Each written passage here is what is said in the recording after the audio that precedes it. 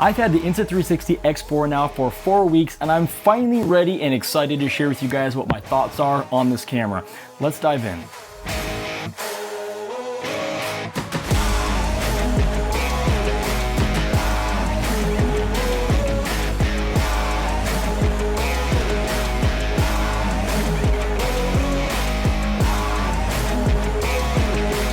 I mean, just take a look at this. I've never had so much fun recording footage. This camera is absolutely incredible.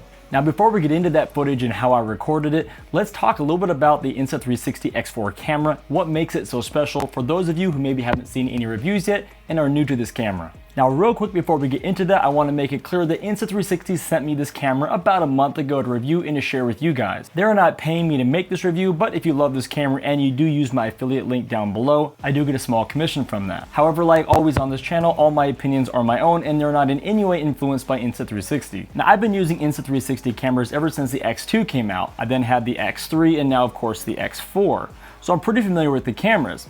And for the most part, they've been really great except for one thing, and that's the resolution. In my case, I shoot a lot of footage in lower light settings, in the woods, dirt biking, and all these different things, or in cloudy weather over here in Seattle. And in the past, the low light really affected the way that these Insta360 cameras work. See, the beauty of a 360 camera is that it records absolutely everything all at once, and in the case of the X3, it recorded in as high as 5.7 resolution. And then when you're done recording, you go back into the app and you choose what footage you want, and it breaks it down into a single frame that you use on your YouTube channel or on a reel. And by the time it's broken down from 5.7 everywhere down to a single frame, it was about 1080 quality, which if you have really good light, that's not too bad. However, in low light situations, it makes it look not so usable in a lot of cases. But the X4 changed the game by recording in 360 8K, so now when I break it down to a single frame, even in low light settings, I'm still getting about 2.7K quality, which, as you can see, is totally passable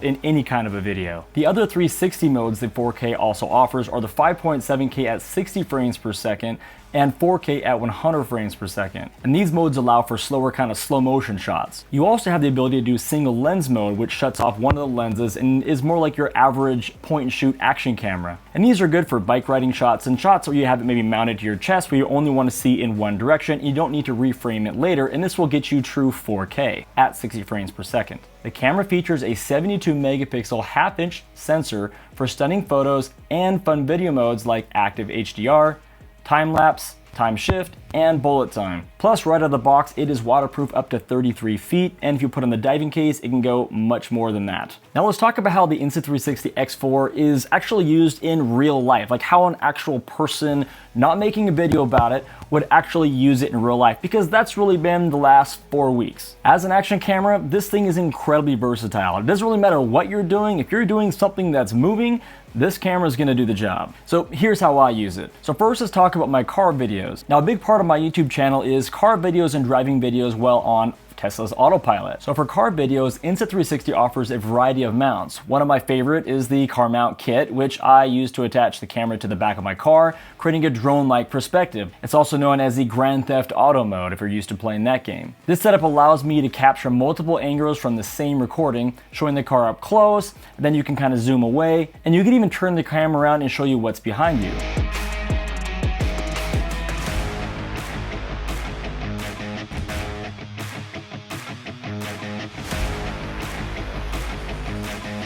Another fun mount is a unicorn shot, where the camera is attached to the front of the car, giving viewers a unique perspective, and you also get to see the driver while shooting down the road, which can be kind of fun. These kind of shots are really good for telling the story of what the road conditions are like and what the car is doing when handling different situations that the autopilot might come up against. Or if you have a really cool car, you can use that to just show off another perspective while driving down the road. These kind of shots can also be really good for showing the landscape around you, being able to turn the camera and get a very, very wide range and perspective of the scenic landscape and everything as you're going down the road. Something that's very difficult to capture well inside of the car. Now and then I will mount the Insta360 X4 to the top of the roof as well for things like time shift. You wouldn't want to record a full video like this, but it can be really fun to do for like a transition to another spot in your video. Now, I love extreme outdoor activities, and one of my favorites is mountain biking. And when you're creating videos, one of the things you always want to do as a video creator is tell a story.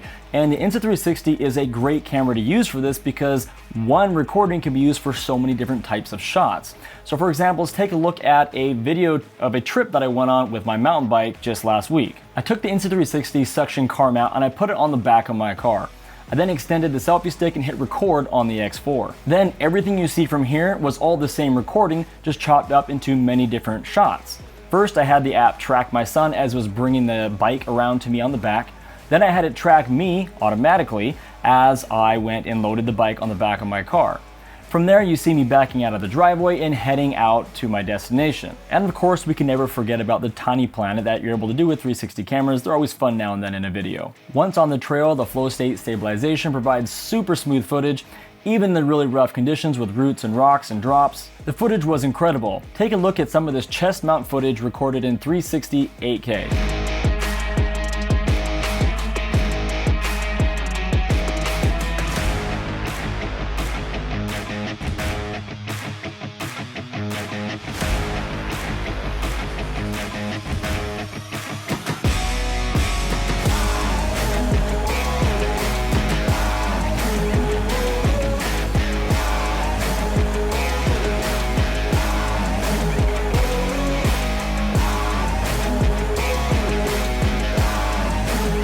Now, in my opinion, the most impressive footage I found over the last 4 weeks was when riding my electric unicycle. If you guys haven't rode one of these things, you're missing out. They are so much fun, and I've made 3 or 4 videos now on the channel of me using the 360, recording some of my rides out there. Not got a lot of views yet because it's kind of new to the channel, but go check them out. It's incredible. Now, using the action selfie stick and premium lens covers, I captured incredible perspectives both in the front and the back.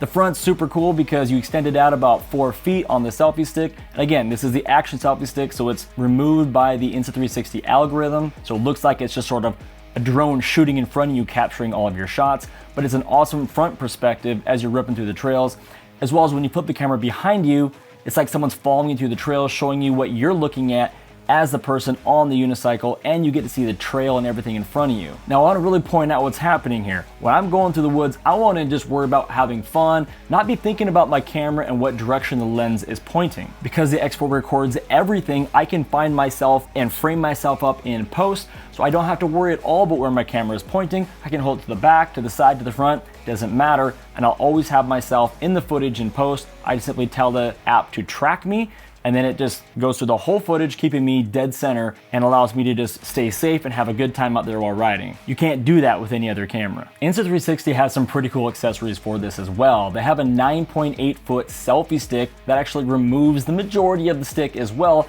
to make some insane shots for your footage. It offers far away shots without the bending effect typically found on the shorter sticks. In order for me to get further away from myself while recording on, say, a 3 or 4 foot selfie stick, you have to really zoom out, which kind of bends the perspectives around the side of your shot. But with a 10-foot selfie stick, you can get far away and it still has everything framed up properly and everything is straight. All the trees aren't bending, that sort of thing. There are downsides to this, of course. You're not going to go shooting through the woods with a 10-foot stick in front of you or behind you. It's pretty hard to keep track of where that camera is.